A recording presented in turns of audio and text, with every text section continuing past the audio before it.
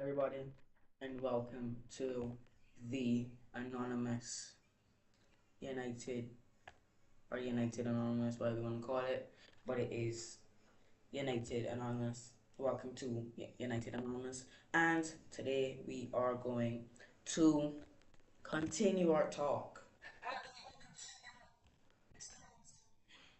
about Ruben Amorim changing the formation to a 4-3-3, and people are saying some things about him.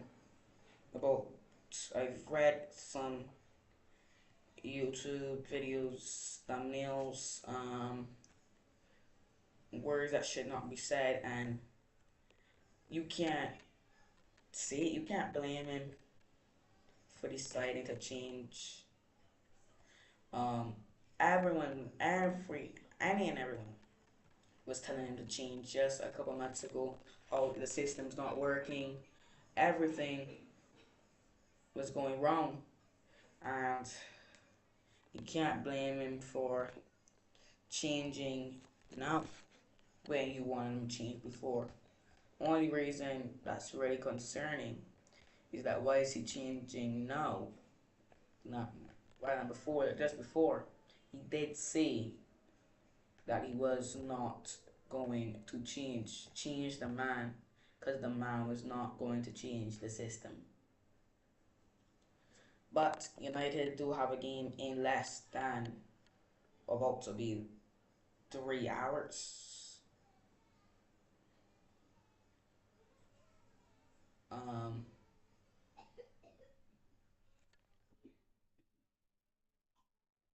People are saying this is not a Manchester United manager. But really and truly, y'all are putting pressure on him. And he's not from here. He's Portuguese. Let me just make it clear. Y'all been putting pressure on him since last season. Y'all were putting pressure on him since last season. So there should not be any problem with him leaving now. There really should not be any, really and truly be any problem.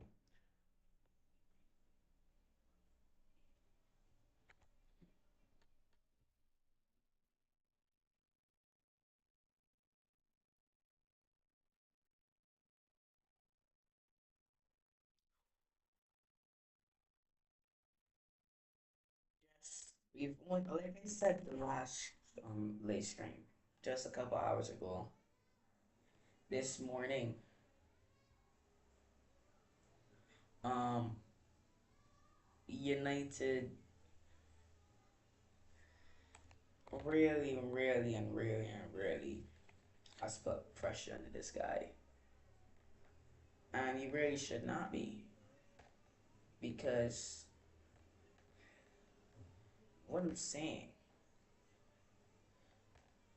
is that people saying that he should not, this is not a great manager, and he should not change formation.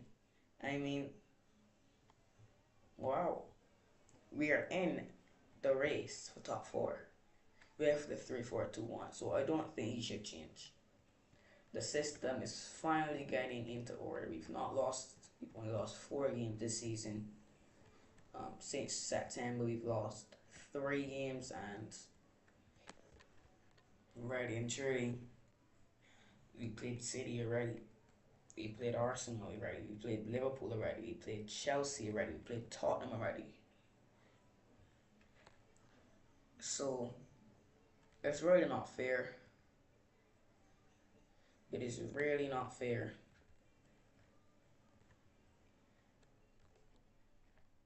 to remember that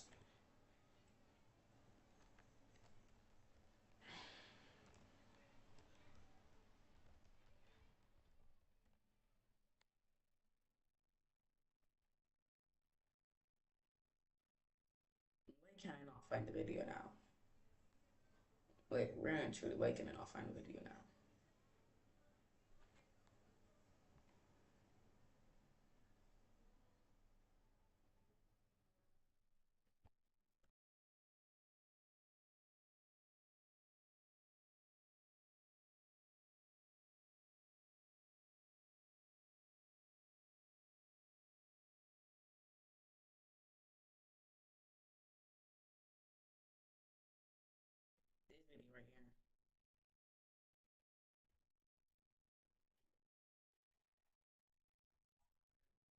I've not watched it, so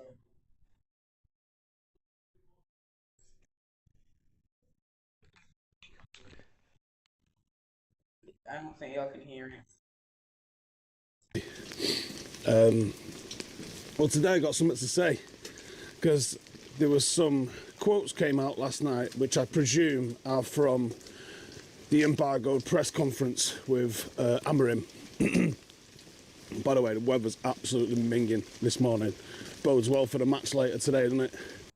Ruben Amarim's quotes in a presser last night.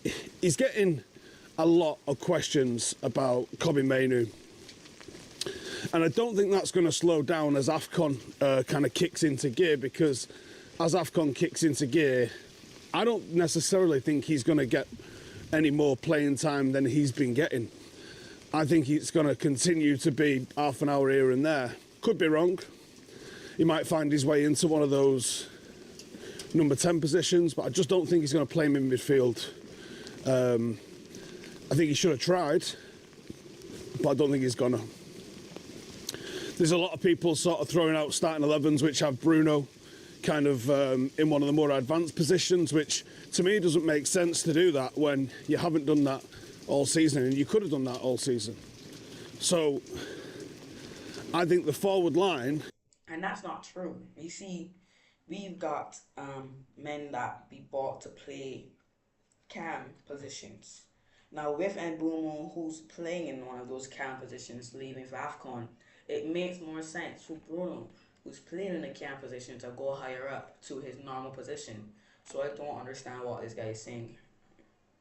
But let's just continue. Picks itself. I think you've got a few options in that forward line, and that's who he's going to play. And I think it'll be Sesko or Cunha, and then it'll be Cunha, Xerxes and Mount that rotate through the number 10 positions. I do agree about this one. He's not playing man in. He's not going to start now.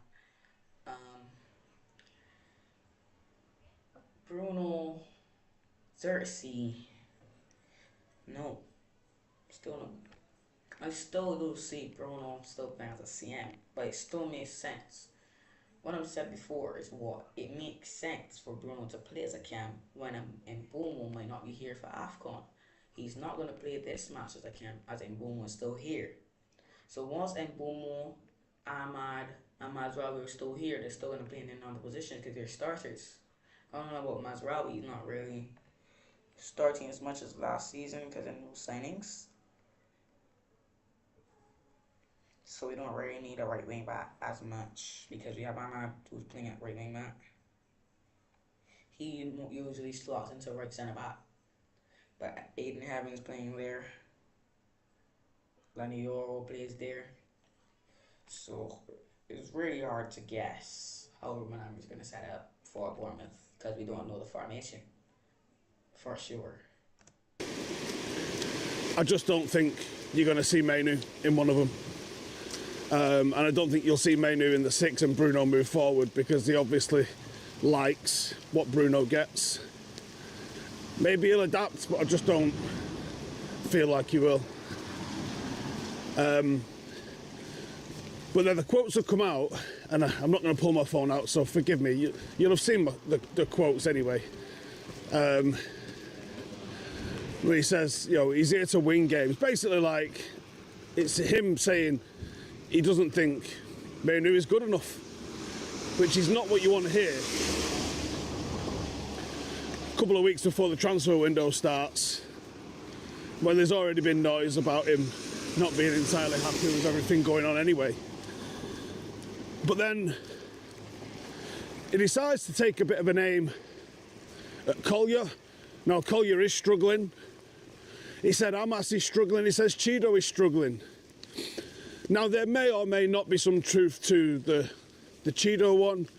Chido obviously was a bit of a physical specimen, and the transition from you being a physical specimen playing against kids and looking good to being a physical specimen playing against adults looking good can take a minute. It's not something that happens overnight.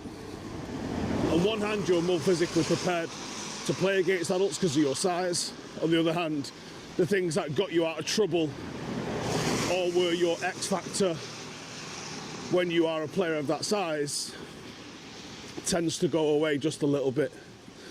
Toby Collier, I think it's fair enough, he is struggling under whatever circumstance. But when he says Harry Hamas is struggling, that's when I go, I'm not sure you're making the noises here I want to hear as Manchester United manager. That's not what a Manchester United manager does. That's not what a man whose job of protecting that nearly 90-year tradition of Manchester United Football Club does. Because This is where I don't understand. I've not watched this video already. I don't know what's coming. I don't know what he's gonna say. But this here, I don't understand what he means by this. He says he agrees that Cheeto is struggling. He agrees that Color is struggling, both at the club right now. If I check, Amas is on loan. Amas. Freaking Google. Yeah, he's in the championship. So he says that he's struggling in the championship. What is wrong with what Ruben Amorim says? Please correct me if I'm not getting it at this time. But I really don't understand what he means by Ruben Amorim. That is not the Manchester United manager's job to see that a player is struggling. But he picks the squads. He knows who's going to struggle. He knows who's struggling. And he picks his squad off who's not struggling. So if he says we're working with Manu for something, that means they're working for Manu for something. If they see Cheeto, they're working on Cheeto. They're working on Cheeto. He is the main man. Players don't get blamed if you lose a match. Not as much as Ruben Amorim. I will go to say manager, but Ruben Amorim not as much as Ruben Amorim. We fall off and just gonna see the goal. It's Ruben Amorim's fault. You're putting, and then you all want to say why is he changing? This is not a Manchester United manager. Y'all, every time we lose or drop points, it's Ruben Amorim's fault. And I don't believe it. I've watched the matches. I've watched the switch off, and it always comes just before halftime. And it usually it kind of comes between the 70th minute to the 90th minute. We kind of switch off, and then we concede, and then we switch on. But sometimes it's too late and we concede. Luckily, we conceded in the 77th minute for Liverpool when we were able to score. Tottenham. We switched off. There was a lot of extra time, so we got the time to switch back on and score the goals. We have the talent. We just don't have the mindset. We switch off coming up to close. The ends coming out to the end of the break. Saying I saw Wolves were dominating us from the 30th minute to the end of the first half. And that's how they scored. I don't understand how we allowed them to put so much pressure on our back line. They had so much chances from the 30th minute to the 45th. And that's how they scored. So, it could have happened in a draw. We could have lost that game. And we would have laughing stock again. And Ruben Amorim's job. And look, and then Ruben Amorim, Ruben Amorim's job in danger. Oh my goodness. Stop doing that. It really is not. I'm not going to watch the rest of this video. I'm done. I really. Look, this is the interview he was talking about. What's your reaction to that? Is winning the Premier League still a realistic thing to be talking about right now? No, that is the goal. Be naive is to think that we are going to do this season or are going to be the best contender for the next season. So I know that is in this moment everybody knows everything. I never think this came out in March. This is ever since. So I'm gonna start watching the hang up and the press conference.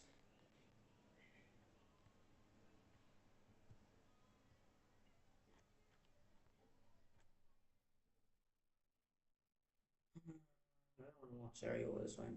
Well, that's part two. Not exactly what's part one. Start with Simon. Hi. Just wondering about the team news. Benjamin Sesko, is he available? About Matthias de Ligt and Harry Maguire? Maguire is out. De Ligt is out. Ben, we have to see. We have to see if he's available. He had some poisoning. You say poisoning, so. But we'll see. Let's wait. We have 2 trainings still, but the other 2 are out. Benjamin, I will assess. Are there any other players absent? And also, we're thinking of like the Africa Cup of Nations. Are those 3? We are still in conversation with the national teams. The game is just Monday. They are here. They are training, and we are trying to prepare all the scenarios to prepare the game. Is that frustrating, not knowing if you're going to be without 3 senior players for this game? Yeah, it's frustrating, but at the same time, nobody knows who is going to play.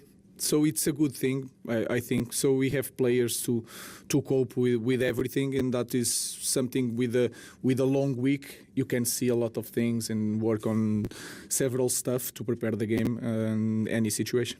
Can I ask you about Mason Mount? When you arrived, you said he was one of the players you were really looking forward to work with. And obviously now he's back from injury, and the stats suggest that when he's in the team, you win far more games than you do when he's out of the team. How important has he been to what you're trying to build? I think it's hard to make that connection. Is a fact, but it's not just that. We have to look at the way the game was. But he's a very, very smart player. He's really technical, because sometimes to be a technical player is not just having fun with the ball, is the quality of the pass, the reception, how to receive the ball. In these things, he's really smart. He can balance our team quite well. So he's a very good player.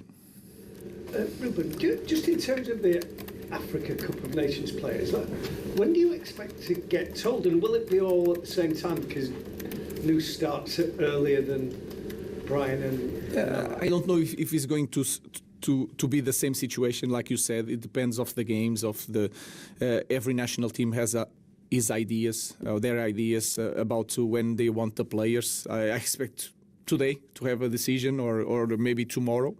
But we are waiting until the last moment to have all the players available to choose the best team to start the game. And just with the Lit in particular, you were hopeful that he would be available for Wolves, and now he's not. What is the nature of the problem, and how long is that? I think he has something in his back. I don't know for sure. And sometimes you see it's not a big injury, because he finished the game quite well against Crystal Palace, but he has some pain. So you sometimes think he's going to solve during this week, but sometimes he feels a little bit pain, and we have to be careful with that. Ruben, you've always talked about the next game being the next challenge. How big a challenge is Bournemouth? I think he's a top team, top manager, with a special player. So I think I don't look at, again, I don't look to the results. I look the way they face every opponent. They press really strong. They are really direct in the game. They can play with the different options in front, and that give us a lot of options to work to prepare the game. So I expect, again, one Premier League game that is really tough, but we need to win, especially at home, and that is the goal. Recent results haven't gone Andoni Iraola's way, but what have you made of what he's done at that football club? Special. I think the way they play the game like a big team, what he's doing for some players, that